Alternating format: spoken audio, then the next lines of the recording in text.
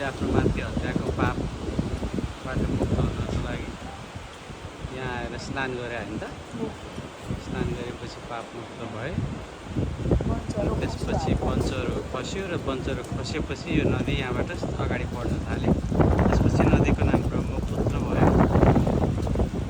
योभन्दा अगाडि यसलाई ब्रह्मकुण्ड भनिन्थ्यो। त्यसपछि यो कुण्डको नाम पनि परशुराम कुण्ड भनेर प्रख्यात भयो भन्ने पौराणिक कथन रहेको छ। परशुराम आज हामी 82 साल माघ महिनाको आज कति 28 गते